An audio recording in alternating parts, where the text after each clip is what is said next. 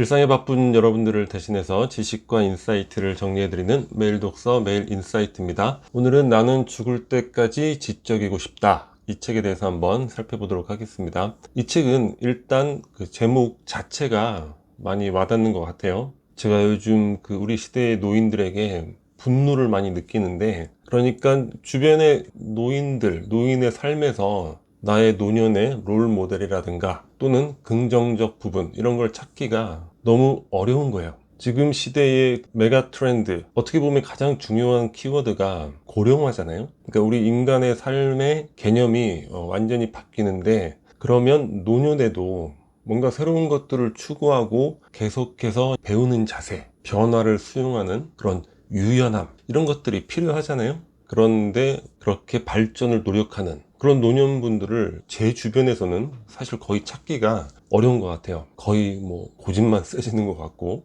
여튼 이 책의 제목을 보면서 나는 죽을 때까지 지적이어야 하겠다. 꼭 지식이 많다 이런 걸 떠나서 항상 배우고 노력하고 발전하고 성장하고 그런 자세를 유지해야 되겠다. 가장 중요하게 깨닫게 되는 것 같습니다. 그리고 나이가 들어가는 것에 대해서 슬퍼할 필요도 전혀 없을 것 같아요. 항상 노력하고 배우고 성장해야 되겠다. 그런 마인드를 갖고 있으면 죽을 때까지 우리는 젊게 살 수 있지 않을까, 그런 생각을 해보게 됩니다. 책 속에 몇 가지만 간단히 살펴볼 텐데, 인상 깊었던 내용이 빈 수레가 요란하다. 우리에게는 그런 속담이 있잖아요. 근데 서양인들이 들어서 정말 깜짝 놀라는 속담이 이 속담이라는 거야. 아니, 어떻게 이런 말이 있을 수 있는가. 그러니까 우리는 많은 말을 하고 적극성을 보이면 나댄다고 비난을 하죠. 스스로도 내가 너무 나댔나? 그런데 서양에서는 우리 관점에서 나대고 이런 모습을 배움에 적극적이다, 이렇게 평가를 한다는 거예요. 우리 외국 유학생들의 그런 이야기 많이 듣잖아요. 유학할 때 보면 다른 학생이 교수한테 질문을 하는 거예요. 너무 기본적인, 아니, 저건 당연히 알고 있어야 되는 거 아니야? 이런 거를 질문을 한다는 거죠. 우리 같으면은 비난을 받을 그런 질문인데, 그 누구도 비난하지 않고, 그리고 교수도 너무 진지하게 답변을 한다고 합니다. 우리에게도 이런 모습이 필요할 것 같아요. 빈수레가 요란하다, 비난할 게 아니라 저 사람은 배움에 적극적이구만, 그리고 내가 오늘 너무 나대지 않았나, 이게 아니라 내가 오늘 아주 적극성을 발휘했구만. 그리고 여기서 플러스해서 한 가지를 좀 확장해 보면,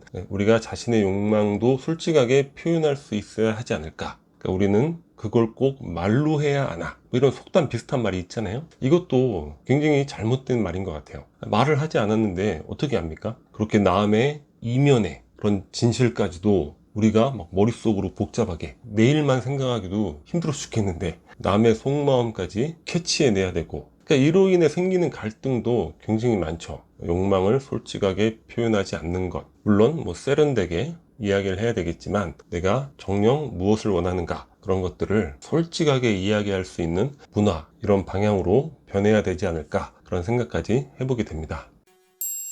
행복의 근원은 정신승리다, 이렇게 소제목을 달아봤는데, 유명한 심리학자가 이렇게 얘기를 했다는 거예요. 행복한 사람들의 특징이 뭐냐? 그 사람들은 자신의 능력이나 상황을 좀 높게 긍정적으로 바라본다는 거예요. 그리고 우울한 사람들, 그러니까 행복하지 않은 사람들의 특징이 뭐냐? 자신을 냉철하고 엄격하게 평가를 한다는 거죠. 그러니까 이거는 일종의 자기 자신을 향한 폭력이 되는 거예요. 그래서 우리에게 요구되는 거는 일종의 정신승리다. 그러니까 자신의 능력과 상황을 좀 높게 긍정적으로 본다. 혼자 세계에 빠지게 되는 거죠. 객관적으로 내 능력을 높게, 내 상황을 좋게 본다. 이거는 사실 어려운 거잖아요. 그걸 수학적 데이터를, 전 인류를 놓고, 전 역사를 놓고, 그 중에 내가 어느 위치에 있는가. 물론 이렇게 파악을 해도 우리나라 사람들의 평균적 삶은 대단히 높고 긍정적인 수준이 되긴 한데, 여튼 우리가 주관적으로도 행복하려면 이런 것이 필요하다는 거예요. 자신의 능력과 상황을 좋게 보는 것. 그러려면 우리가 무엇에 주목을 해야 되는가? 인생의 본질에 주목을 할 필요가 있는 거죠. 인생의 본질, 뭡니까? 비극에 있죠.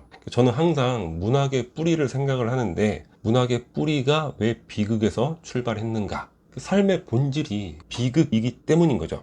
아리스토텔레스의 시학에 보면 비극을 통해서 우리가 무엇을 느끼는가? 나와 비슷한 사람이 나락으로 떨어지는 걸 보면서 공포를 느끼고, 그리고 어떤 사람이 부당하게 불행을 겪는 경우를 보면서 연민을 느끼는 거예요. 공포와 연민을 느끼면서 카타르시스, 자기 정화를 하는 거죠. 이런 것에 주목을 하는 게 필요하다는 거죠. 그래야지만 내 능력, 내 상황을 좋게 보는 거예요. 그게 바로 정신승리가 되는 거예요. 그러니까 정신승리라는 게 아큐 정전에서 온 표현이고, 거기에 나온 아큐가 굉장히 모질한 인간이란 말이에요. 띨띨하고. 그러니까 우리가 자꾸 정신승리를 부정적인 표현으로 생각을 하는데, 정신승리라는 건 결국 이 상황에 대한 재평가, 그리고 의미 부여가 되는 거예요. 내가 어떤 고통과 고난을 겪더라도 그거를 재평가하고 의미를 부여하는 거죠.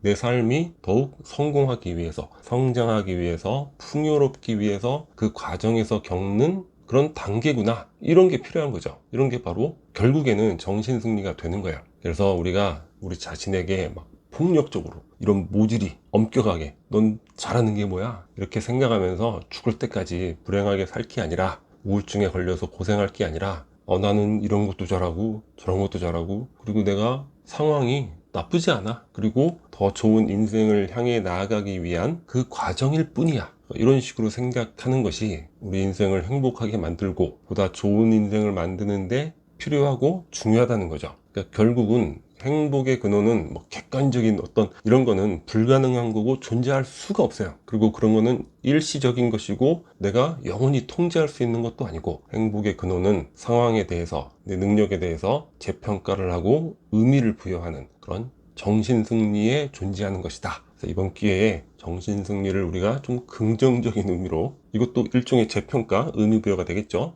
그렇게 해보면 좋지 않을까, 그런 생각을 하게 됩니다. 자, 오늘 영상은 여기서 마치도록 하겠습니다. 여기 캐릭터처가 구독 버튼이고요. 구독과 좋아요 많이 부탁드리겠습니다. 감사합니다.